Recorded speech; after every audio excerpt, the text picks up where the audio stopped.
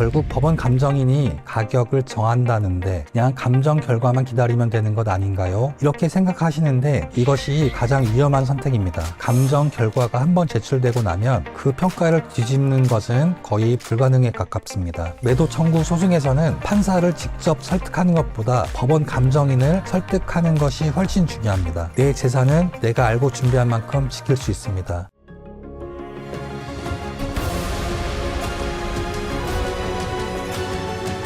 법정에서는 치열하게, 의뢰인에게는 친근하게.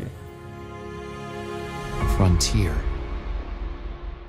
안녕하세요. 재개발, 재건축 및 부동산 소송을 전문으로 하는 법무법인 프런티어 문을 변호사입니다.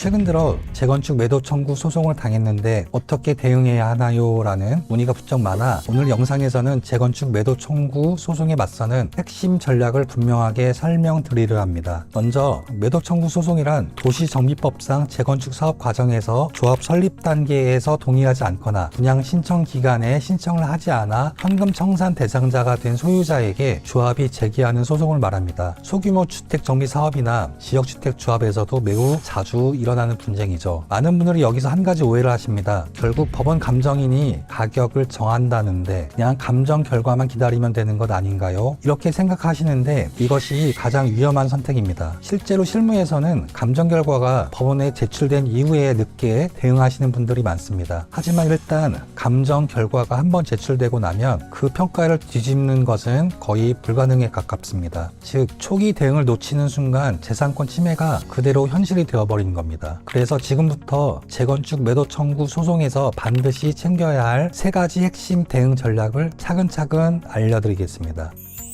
첫째, 사감정의 활용입니다. 매도 청구 소송에서 사감정 결과가 그대로 받아들여지는 경우는 많지 않습니다. 그 이유는 판사님께서 지정한 법원 감정인이 따로 있고 실제 판결도 대부분 그 감정 결과를 중심으로 이루어지기 때문입니다. 그래도 제가 사감정을 반드시 활용해야 된다고 말씀드리는 이유가 있습니다. 재판 시점에 가까운 시기에 사감정을 받아주면 그 자료와 평가 흐름을 법원 감정인이 참고 자료로 보게 되기 때문입니다. 즉 법원 감정인이 감정을 진행할 때 사감정 내용을 자연스럽게 확인하게 되고 그 과정에서 보다 유리한 감정 결과를 이끌어낼 가능성이 생깁니다. 핵심은 이것입니다. 법원 감정인이 자료를 보았을 때 이 부분은 감정에 반영해야 되지 않을까? 라고 판단할 수 있는 포인트를 만들어내는 것이 중요합니다. 자세한 활용 방법은 상담을 통해 더 설명드리겠지만 분명한 점은 근거 있는 변호사의 주장과 자료는 법원 감정인도 쉽게 배척할 수 없다는 것입니다. 둘째, 감정 의견서의 제출입니다. 일반적인 민사소송에서는 판사님께서 읽으시는 준비 서면이 가장 중요합니다. 하지만 매도 청구 소송에서는 이야기가 조금 다릅니다. 이 소송의 핵심은 결국 법원 감정가가 어떻게 산정되느냐에 따라 달려있기 때문입니다. 판사님도 대부분 법원 감정 결과를 기준으로 판결문을 작성하시게 됩니다. 따라서 매도 청구 소송에서는 판사를 직접 설득하는 것보다 법원 감정인을 설득하는 것이 훨씬 중요합니다. 그래서 판사님이 읽으시는 준비 서면보다는 법원 감정인이 실제로 참고하게 되는 감정 의견서에 더 많은 힘을 실어야 합니다. 감정 의견서를 제출할 때 왜 이 의견서를 법원 감정인이 반드시 참고해야 하는지, 이 안에 담긴 논리가 보상 산정에 어떠한 근거를 제공하는지 이런 부분을 명확히 설득력 있게 어필해야 합니다. 실제로 대법원도 매도 청구 소송에서 매매대금에는 개발이익이 포함되어야 한다고 판시하고 있습니다. 이는 재개발 사업에서 개발이익이 배제된 보상금이 지급되는 것과는 분명히 다른 지점입니다. 저희는 감정 의견서를 작성할 때 이 개발이익이 충분히 반영되도록 모든 자료와 논리를 치밀하게 구성하고 있습니다. 하지만 개인이 이러한 전문적인 의견서를 스스로 작성해 제출하는 것은 현실적으로 매우 어렵습니다. 그래서 풍부한 실무 경험을 가진 전문 변호사의 조력을 받으시는 것을 권해드립니다. 셋째, 이자를 받을 수 있는 반소 제기 전략입니다.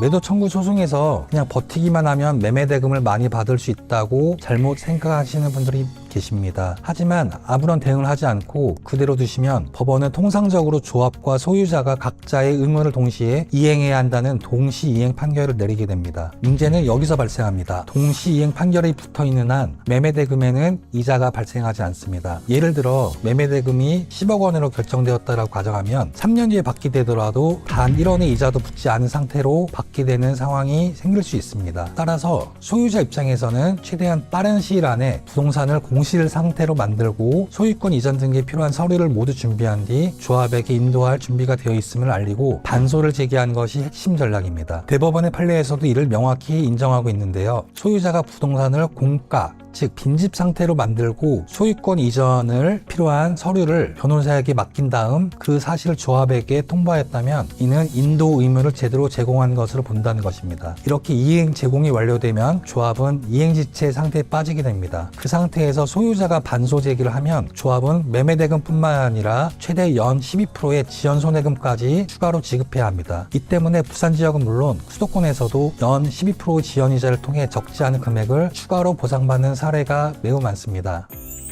매도 청구 소송은 단순히 사실관계만 다루는 일반 미사소송과는 다르게 특수한 법리가 적용되는 분야입니다. 따라서 처음 단계부터 이 분야에 대한 경험이 풍부한 전문가와 함께 방향을 꼼꼼하게 잡아나가시는 것을 권해드립니다. 내 재산은 내가 알고 준비한 만큼 지킬 수 있습니다. 특히 현금 청산과 관련된 소송에서는 조합 측과 조합원 측 양쪽을 모두 대리해본 경험이 있는 변호사의 도움을 받아야 여러분의 재산 가치를 제대로 인정받을 수 있습니다. 재개발, 재건축 관련 소송을 다수 경험한 재개발 재건축 전문 변호사인 저 문을 변호사가 여러분의 재산을 지켜드리겠습니다. 법정에서는 치열하고 의뢰인에게는 만만한 변호사, 법무법인 프런티어 문을 변호사였습니다. 감사합니다.